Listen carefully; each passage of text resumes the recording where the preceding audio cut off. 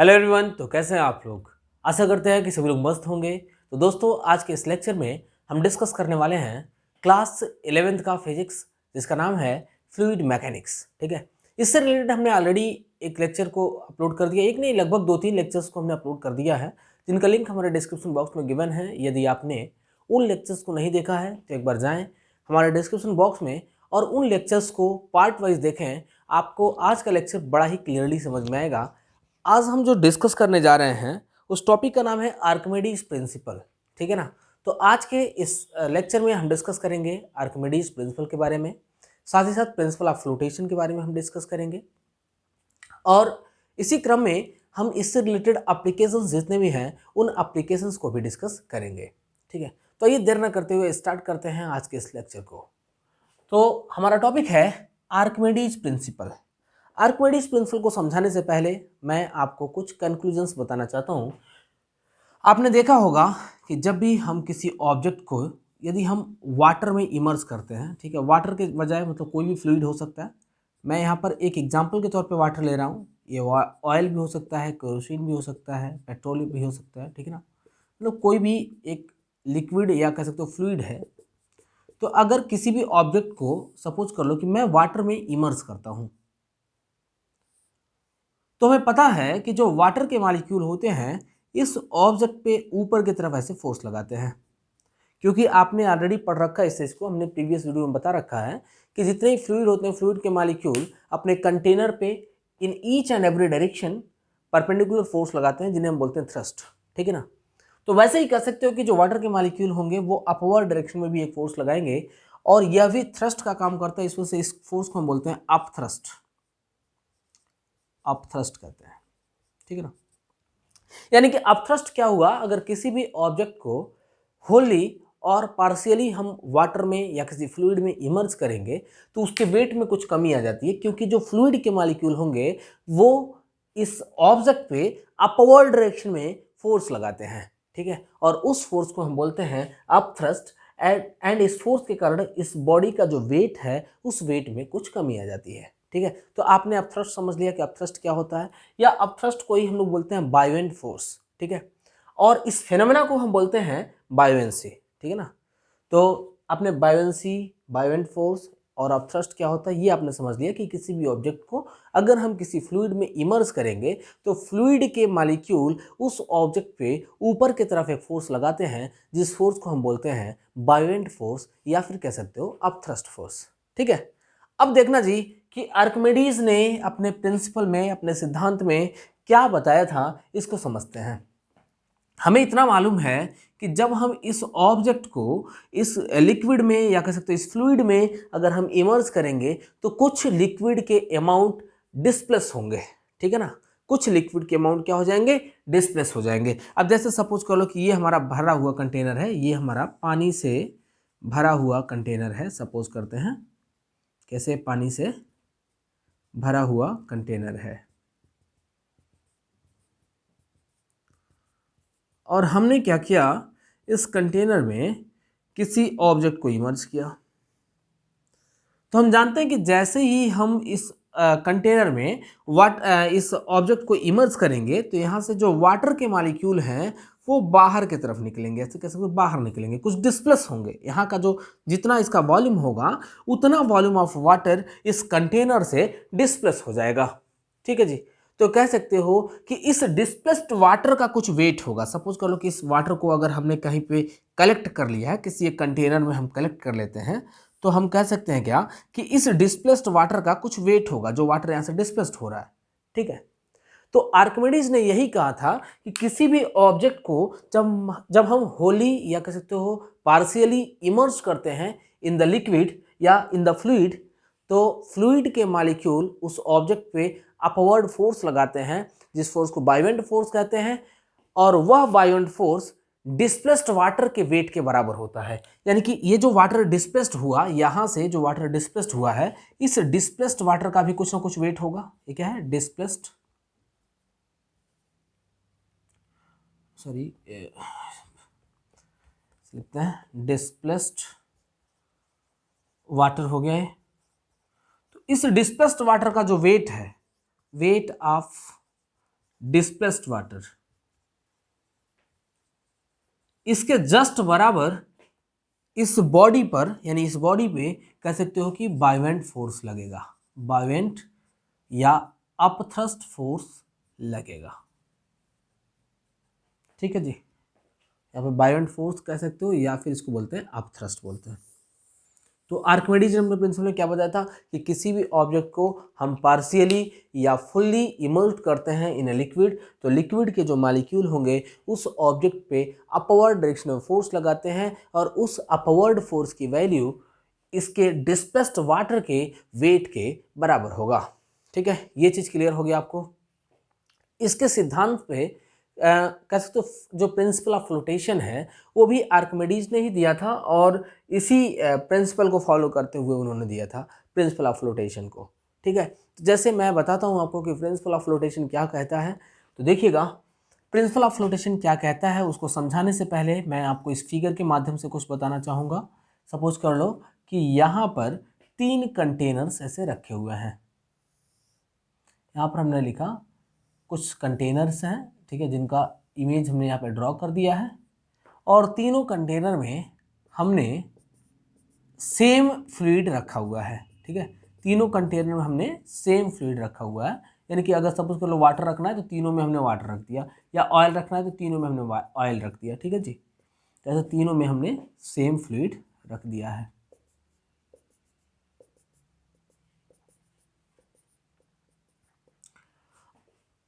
Suppose कर लो कि इस कंटेनर में हमने एक ब्लॉक को रखा, जैसे ही इस ब्लॉक का मास हम मान लेते हैं, जैसे ही इस ब्लॉक को मान लो हम यहाँ पे रखे हैं तो हो सकता है कि यह ब्लॉक थोड़ा सा अंदर जा कर के तैरना शुरू कर दे, हो सकता है कि कुछ ऐसे तैरना शुरू कर दे। ठीक है, एक दूसरा कंसिडरेशन लेते हैं कि जब हम ब्लॉक को इसके अंदर डालते हैं, ये जो ब्लॉक है वो ऐसे पानी के अंदर होकर के इसमें तैर रहा है, ये भी स्विम कर रहा है लेकिन ये पानी के अंदर है, इसका पूरा हिस्सा, पूरा जो पार्ट है इसका वो पानी के अंदर डूबा हुआ है और ये फ्लोट कर रहा है। ये भी क्या है, फ्लोटिंग बॉडी है, और ये वाला भी फ्लोटिंग बॉडी है, लेकिन दोनों में अंतर क्या है, ये जो बॉडी है ये पानी के ऊपर से फ्लोट कर रहा है, यानी कह सकते हैं इसका कुछ ही पार्ट इस लिक्विड के अंदर इमर्ज्ड है, और ये जो ऑब्जेक्ट है ये फुल्ली इमर्ज्ड फ्लोटिंग बॉडी है। ठीक है, ये क्या है, फुल्ली इमर्ज्ड फ्लोटिंग बॉडी। ठीक है, और ये जो आप देख रहे हैं जो हमारा पहला जो बॉडी है ये क्या है, ये पार्शियली इमर्ज्ड फ्लोटिंग बॉडी है, पार्शियली इमर्ज्ड फ्लोटिंग बॉडी है। ठीक है, और एक दूसरी बॉडी है जिसको हम इसमें इसके अंदर पुट करते हैं तो इसमें डूब जाता है। ठीक, तो हमने देखा कि यहाँ पे 3 कंडीशन शो हो सकते हैं। पहला कंडीशन ये है कि ये ऑब्जेक्ट पानी के ऊपर तैर सकता है, दूसरा कंडीशन ये है कि ये ऑब्जेक्ट तैरेगा लेकिन पानी के अंदर से तैरना शुरू करेगा, और तीसरा कंडीशन ये है कि ये ऑब्जेक्ट सिंपली डूब जाएगा। ठीक है, तो तीनों में क्या अंतर है इसको समझते हैं। यहाँ पर भी बायोवेंट फोर्स लग रहा है, यहाँ पे भी अपथ्रस्ट लग रहा है, इस अपथ्रस्ट को हमने यू नाम दे दिया। सपोज कर लो कि अपथ्रस्ट को हमने क्या कह दिया जी, यू कह दिया। यहाँ पर भी अपथ्रस्ट लग रहा है, इसको भी हमने यू नाम दे दिया। यहाँ पर भी अपथ्रस्ट लग रहा था, इसको भी हम यू नाम दे सकते हैं कि जब ये ऑब्जेक्ट जब ऊपर रहा होगा तो इस पर भी अपथ्रस्ट लगा होगा। ठीक है, अब देखो यदि अपथ्रस्ट का वैल्यू, जो ऊपर की तरफ जो फोर्स लग रहा है, अपथ्रस्ट का वैल्यू वेट ऑफ ऑब्जेक्ट से ज़्यादा होगा। हम जानते हैं किसी ऑब्जेक्ट का मास यम दिया हुआ है, तो अगर किसी बॉडी का मास यम है तो इस पर नीचे की तरफ लगने वाला ग्रेविटेशनल फोर्स कितना होगा, mg के बराबर होगा। ठीक है, तो यदि अपथ्रस्ट की वैल्यू वेट ऑफ ऑब्जेक्ट से ज़्यादा होगी तो वो ऑब्जेक्ट फ्लोट करेगा और सिंपली ऊपर के तरफ होकर के फ्लोट करेगा, पार्शियली इमर्ज्ड होगा ये। ठीक है, यानी जितना पार्ट इसका पानी में डूबा होगा सिर्फ उतना ही पार्ट समझ लो कि इस अपथ्रस्ट को बैलेंस कर दे रहा है। ठीक है ना, तो अगर आप थ्रस्ट कह सकते हो, अगर आप थ्रस्ट इस वेट के से ज़्यादा होगा, ग्रेटर होगा, mg से ग्रेटर होगा, तो उस कंडीशन में जो ऑब्जेक्ट है वो फ्लोट करेगा। दूसरा कंडीशन देखते हैं, यदि आप थ्रस्ट की वैल्यू वेट ऑफ ऑब्जेक्ट के बराबर होगा तो इस कंडीशन में जो ऑब्जेक्ट है फ्लोट तो करेगा लेकिन ये फुल्ली इमर्ज होकर के फ्लोट करेगा लिक्विड में। ठीक है, और तीसरा कंडीशन ये है कि यदि आप थ्रस्ट की वैल्यू वेट ऑफ ऑब्जेक्ट से कम होगा तो जो ऑब्जेक्ट है वो सिंक कर जाएगा।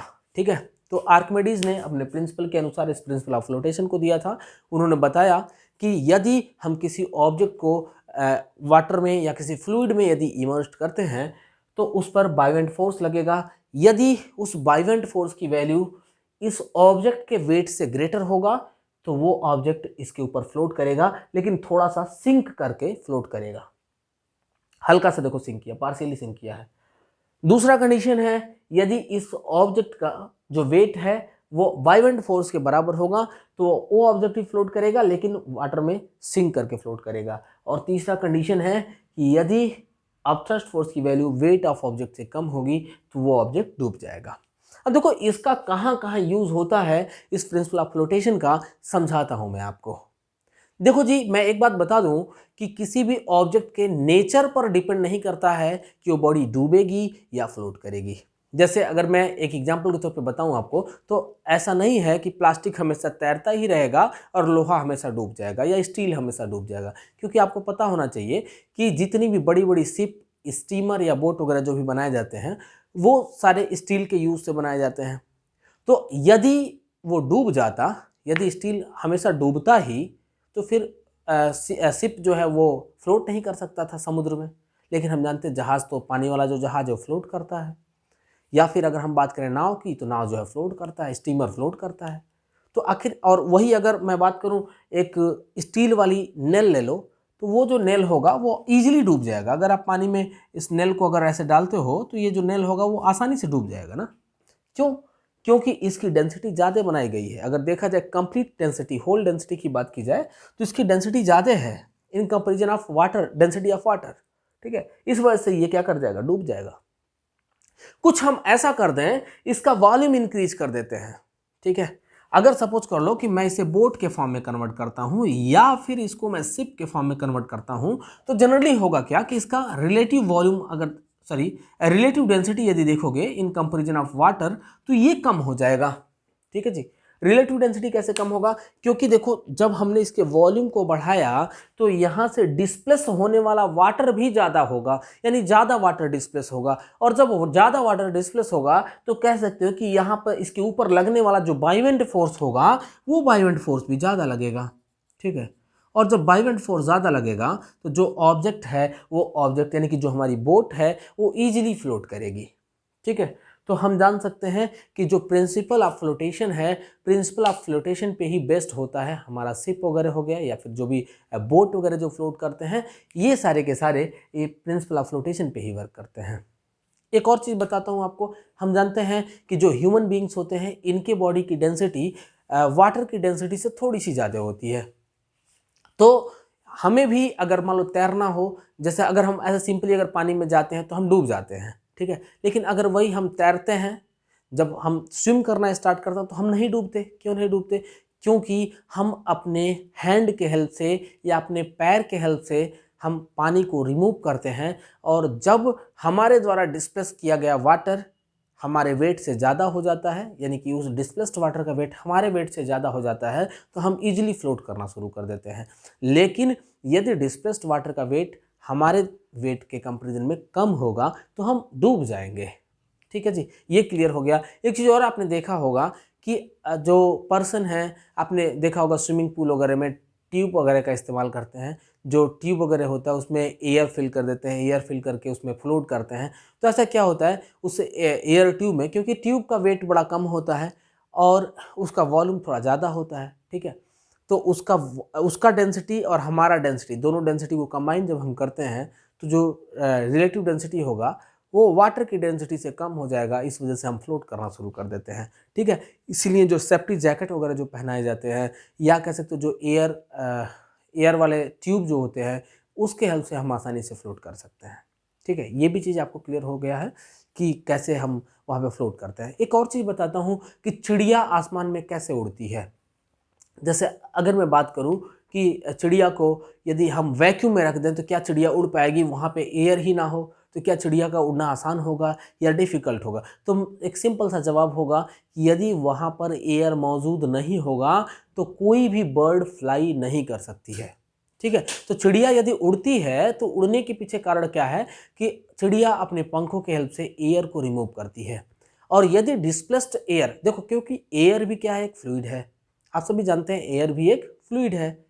और according to the principle of flotation, यदि हम अपने वेट से ज़्यादा फ्लूइड को रिमूव कर देंगे तो हम इजीली उस फ्लूइड के ऊपर जा सकते हैं, और यदि हम अपने वेट से कम फ्लूइड को रिमूव करेंगे तो हम उसमें डूब जाएंगे। और यदि उसके बराबर अगर हम फ्लूइड को रिमूव करते, अपने वेट के बराबर फ्लूइड को रिमूव करेंगे तो हम उसमें तैरेंगे, लेकिन उस फ्लूइड में डूब करके हमें तैरना पड़ेगा। ठीक है जी। तो अगर हम बात करें किसी बर्ड का, तो जो बर्ड फ्लाई करती हैं वो अपने वेट के बराबर या अपने वेट से ज़्यादा एयर को रिमूव करती हैं, इस वजह से वो आसानी से फ्लाई कर सकती हैं। ठीक है। अगर बर्ड अपने वेट से ज़्यादा एयर को रिमूव करेगी तो बर्ड ऊपर की तरफ जाएगी। यदि बर्ड अपने वेट के बराबर एयर को रिमूव करेगी तो वो एक जगह पर बस फ्लाई करती रहेगी, और यदि बर्ड अपने वेट से कम एयर को रिमूव करेगी तो वो सीधे धरती पर आ जाती है। ठीक है। और उनका जो बॉडी है, उनका बॉडी एयर के प्रेशर को बैलेंस करने में हेल्पफुल होता है, क्योंकि आपने देखा होगा कि जो बर्ड का जो बॉडी होता है, बॉडी स्ट्रक्चर जो होता है वो स्ट्रीमलाइन होता है। स्ट्रीमलाइन होने का सेंस क्या है, जैसे आपने मछलियों को देखा होगा, मछलियों का जो शरीर होता है कुछ ऐसा होता है। ठीक है नहीं, क्योंकि इसका सामने वाला पोर्शन जो होता है थोड़ा नुकीला टाइप का होता है, और इधर का एरिया कह सकते हो, इसका क्रॉस सेक्शनल एरिया कम होता है। क्रॉस सेक्शनल एरिया कम होने के कारण कह सकते हो कि जो एयर है उस एयर को रिमूव करने में बड़ा ही आसानी होता है, और इजीली रिमूव करके ये फ्लाई कह सकते हो, फ्लाई कर सकती हैं। या एरोप्लेन वगैरह भी जो बनाया जाता है, या फाइटर जेट प्लेन बनाया जाता है, या हेलीकॉप्टर्स बनाए जाते हैं, या फिर कह सकते हो शिप बनाया जाता है, बोट बनाया जाता है, ये सारे इन चीज़ों को ध्यान में रख करके बनाया जाता है। इनका शेप स्ट्रीमलाइन ही क्यों होता है, क्योंकि एयर को या फ्लूइड को, फ्लूइड बोले तो एयर भी हो जाएगा और लिक्विड भी हो जाएगा, इनको रिमूव करना काफ़ी आसान होगा जब एरिया ऑफ क्रॉस सेक्शन कम होगा। ठीक है, इस वजह से इसका शेप ऐसा बनाया जाता है।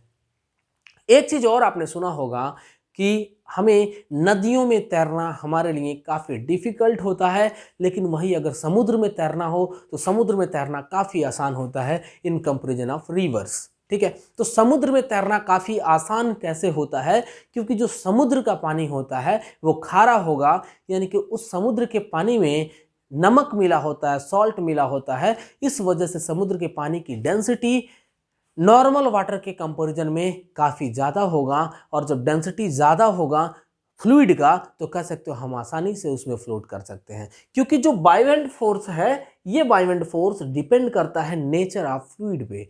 ये देखो दो चीज़ों पे डिपेंड करेगा, पहला तो डिपेंड करेगा नेचर ऑफ फ्लूइड पे, और दूसरा डिपेंड करता है एरिया ऑफ क्रॉस सेक्शन पे, या सिंपली कह सकते हो एरिया, उस एरिया पर डिपेंड करता है जो एरिया फ्लूइड में इमर्ज होगा। ठीक है, अगर फ्लूइड में इमर्ज होने वाला एरिया ज़्यादा होगा, ठीक है, तो उस पर बायोएंट फोर्स भी ज़्यादा लगेगा। एक चीज़ ध्यान रखना कि अगर जो ऑब्जेक्ट को हम इमर्ज कर रहे हैं उस ऑब्जेक्ट का एरिया ज़्यादा है तो उस पर लगने वाला बायोएंट फोर्स भी ज़्यादा होगा। जैसे सपोज कर लो कि इतने मटेरियल का हमने एक नेल बनाया है और सेम अमाउंट ऑफ मटेरियल का हमने एक टॉय बोट बना दिया, तो जो टॉय बोट होगा वो फ्लोट करेगा और जो नेल है वो डूब जाएगा। ऐसा क्यों होगा? क्योंकि नेल का क्रॉस सेक्शनल एरिया कम है, इस वजह से उस पर लगने वाला बायोएंट फोर्स भी कम होगा और यह डूब जाएगा। लेकिन अगर हम बात करें इस टॉय बोट का, तो टॉय बोट का एरिया ज़्यादा है, इस वजह से वो फ्लोट करेगा। तो पहला तो आपने देखा कि एरिया पर डिपेंड करता है, और दूसरा डिपेंड करता है बायोएंट फोर्स नेचर ऑफ मटेरियल पे, यानी कि जो फ्लूइड है उस फ्लूइड का नेचर कैसा है, उसकी डेंसिटी कैसी है, उस पर डिपेंड करेगा। यानी यदि डेंसिटी इसकी ज़्यादा होगी तो अपथ्रस्ट भी ज़्यादा लगेगा, और यदि डेंसिटी ऑफ लिक्विड कम होगा तो अपथ्रस्ट भी कम लगेगा। ठीक है जी, क्लियर हो गया होगा आप लोगों को कि यहाँ पे अपथ्रस्ट किन फैक्टर्स पर डिपेंड करता है। इसी कारण से जो समुद्र का जो पानी होगा उसकी डेंसिटी ज़्यादा होने के कारण ही कह सकते हो समुद्र में तैरना आसान है in comparison of swimming in the river.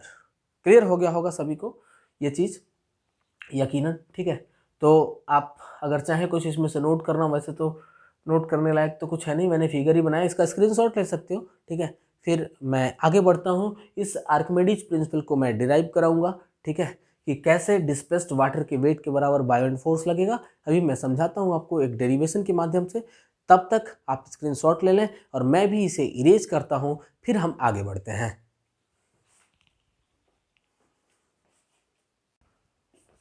हाँ जी, तो देखते हैं आइए इसके डेरिवेशन को कि जो आर्किमिडीज प्रिंसिपल है वो बिल्कुल सही है या नहीं है, इसके करेक्टनेस को चेक करते हैं according to the derivation of Archimedes principle. ठीक है, सपोज कर लो कि ये एक फ्लूइड है, इस फ्लूइड में हम किसी ऑब्जेक्ट को इमर्ज करते हैं। सपोज कर लो कि ये जो कंटेनर है ये फुल्ली कह सकते हो लिक्विड से भरा हुआ है और इसमें हम किसी ऑब्जेक्ट को ऐसे इमर्ज कर रहे हैं। एक सिलेंडर है, इस सिलेंडर को हमने यहाँ पे इमर्ज कर दिया है।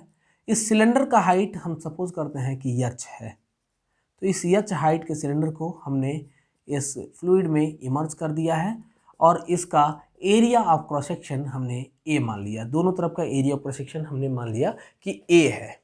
तो हम जानते हैं कि जो वाटर के जो मॉलिक्यूल होंगे वो मॉलिक्यूल एक ऊपर से भी नीचे की तरफ फोर्स लगाएंगे जिसको हमने F1 नाम दे दिया, और दूसरा वो फोर्स लगाते हैं नीचे से, इसको हमने F2 नाम दे दिया। क्योंकि आपने पढ़ा होगा कि जो लिक्विड के या कैसे सिंपली जो फ्लूइड के मॉलिक्यूल होते हैं वो किसी भी ऑब्जेक्ट पे from each and every direction एक फोर्स लगाते हैं। ठीक है, तो इसलिए हमने यहाँ पे एक फोर्स F1 लगाया है और दूसरा फोर्स F2 लगा दिया, जो कि लिक्विड के द्वारा लगाया गया फोर्स है। और हम कंसीडर करते हैं कि इस ऑब्जेक्ट को, जिस ऑब्जेक्ट को हमने लिक्विड में इमर्ज किया है, इस ऑब्जेक्ट की जो डेप्थ है फ्रॉम द टॉप वो यक्स है। ठीक है, तो सिंपली कह सकते हो कि इसके टॉप से लेकर के यहाँ तक का जो डिस्टेंस, इसको यदि हम यक्स सपोज करते हैं और इसका हाइट एच है, तो इसके बेस से लेकर के इसके सरफेस तक का जो दूरी होगा वो एच प्लस एक्स हो जाएगा। ठीक है, ये चीज़ आपको क्लियर हो चुका होगा। तो आइए देखते हैं हियर, अगर हम बात करें F1 फोर्स का, तो F1 फोर्स, पहले हम प्रेशर की बात करते हैं जी। चलो देखो प्रेशर P1 कितना होगा। P1 की अगर हम बात करें तो रो जी H1 के बजाय हम यहाँ पे क्या लिखेंगे, जो हाइट है सरफेस से लेकर के यहाँ तक का, जैसे यहाँ पे हम जानते हैं P1 प्रेशर लगेगा और इस सरफेस एरिया पर P2 प्रेशर लगेगा, तो यहाँ पे कह सकते हो P1 की वैल्यू जो होगी रो जी यक्स हो जाएगी, क्योंकि यहाँ से लेकर के यहाँ तक का जो हाइट होता है उसी को हम यहाँ पे कंसिडर करते हैं, तो रो जी यक्स हो गया। This is our first equation. And अगर हम P2 की बात करें तो P2 इक्वल हो जाएगा रो जी एच प्लस एक्स। ठीक है, ये क्या मिल गया, रो जी एच प्लस एक्स, क्योंकि यहाँ से लेकर के यहाँ तक का जो हाइट होगा ये टोटल हाइट होगा एच प्लस एक्स, इसलिए इसको लिखा rho G H plus X. This is our second equation. ठीक है, एंड F1 बराबर क्या होगा, P1 इंटू ए। P1 का वैल्यू कितना, रो जी एक्स, और इंटू ए, अगर हम एरिया क्रॉस सेक्शन की बात करें तो ए है तो ए ही रहने दिया हमने। ठीक है, और जो F2 होगा, F2 कितना हो जाएगा, P2 इंटू ए, तो इसको हम चाहें तो लिख सकते हैं रो जी ए इन ब्रैकेट, इस ए को हमने लिख दिया, और ये जो हाइट है, हाइट कितना है एच प्लस एक्स, या तो इसको बाद में ही लिखते हैं, चलो यहाँ पे लिख लो एच प्लस एक्स इंटू ए। ठीक है, ये चीज़ आपको समझ में आ गया होगा। या तो इन दोनों इक्वेशन को हमने first and second equation consider कर लिया है। अकॉर्डिंग टू द सिमेट्री अगर आप देखें तो F2 फोर्स ऊपर की तरफ लग रहा है और F1 फोर्स नीचे की तरफ लग रहा है। ठीक है जी, F2 फोर्स ऊपर की तरफ लग रहा है और F1 फोर्स किधर लग रहा है, नीचे की तरफ। तो रिजल्टेंट फोर्स जो होगा, कैसे लिख सकते हो, एज वी नो दैट इस बॉडी पर लगने वाला जो रिजल्टेंट फोर्स होगा F, इस फोर्स की वैल्यू हो जाएगी F2 माइनस F1, क्योंकि ये जो ऑब्जेक्ट है ये पूर्ण रूप से नीचे की तरफ डूबा नहीं है, इसके बीच में ही फ्लोट कर रहा है, यानी कि नीचे से लगने वाला फोर्स F2 ज़्यादा होगा इन कंपेरिजन ऑफ F1। ठीक है, तभी जाके यहाँ पे रुका हुआ, वरना ये डूब गया होता। ठीक, तो कह सकते हो कि F2 माइनस F1 हमने यहाँ पे लिख दिया। तो सिंपली हमने लिखा F net is equals to मिलेगा, F2 के जगह पे F2 का वैल्यू रखते हैं रो G x plus H into A, minus F1 के जगह पे F1 का वैल्यू रखते हैं, तो हमें मिल जाएगा रो जी एक्स इंटू ए। ठीक है, अब देखो क्या मिलेगा आपको, rho G X into A plus rho G H into A minus rho G X into A. Rho G X into A से rho G X into A cancel हो गया और हमें मिल जाएगा रो जी एच इंटू ए, यानी कि height into area volume कहलाता है। ठीक है, तो हमने इसको क्या लिख दिया, हाइट इंटू एरिया को हमने वॉल्यूम के फॉर्म में इन दोनों को कन्वर्ट कर दिया, यानी वी लिख दिया। ये हमें मिल गया एफ नेट। यानी कह सकते सिंपली कि इस बॉडी पर ऊपर की तरफ जो टोटल फोर्स लग रहा है वो रो जी वी के बराबर लग रहा है। एंड हम जानते हैं वॉल्यूम इंटू डेंसिटी मास कहलाती है, यानी कि मास बराबर होता है वॉल्यूम इंटू डेंसिटी। वॉल्यूम क्या है वी और डेंसिटी हो गया रो, तो कह सकते हो ये क्या है, मास का वैल्यू है। इसलिए हम रो और वी के जगह पे हम क्या करते हैं, मास लिख लेते हैं। तो यहाँ पे मिल जाएगा F net is equals to, इन दोनों के जगह पे हमने लिख लिया मास और इंटू जी लिख दिया।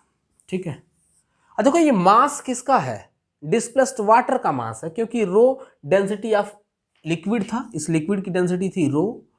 और ये जो वॉल्यूम है, ये वॉल्यूम हम जानते हैं इस कंटेनर का वॉल्यूम होगा, और जितना इस कंटेनर नहीं, ये जो हमने सिलेंडर को डुबा है सिलेंडर का वॉल्यूम होगा। और एक चीज़ और हमें पता है कि जितना इस सिलेंडर का वॉल्यूम होगा उतने ही वॉल्यूम ऑफ वाटर भी रिमूव होंगे। तो इसलिए हमने कैसे कह दिया यहाँ पे कि वॉल्यूम ऑफ वाटर भी यही होगा, वी ही होगा। ठीक है, और इंटू जी लिख दिया। तो यहाँ पे लिखा हमने F net is equals to weight of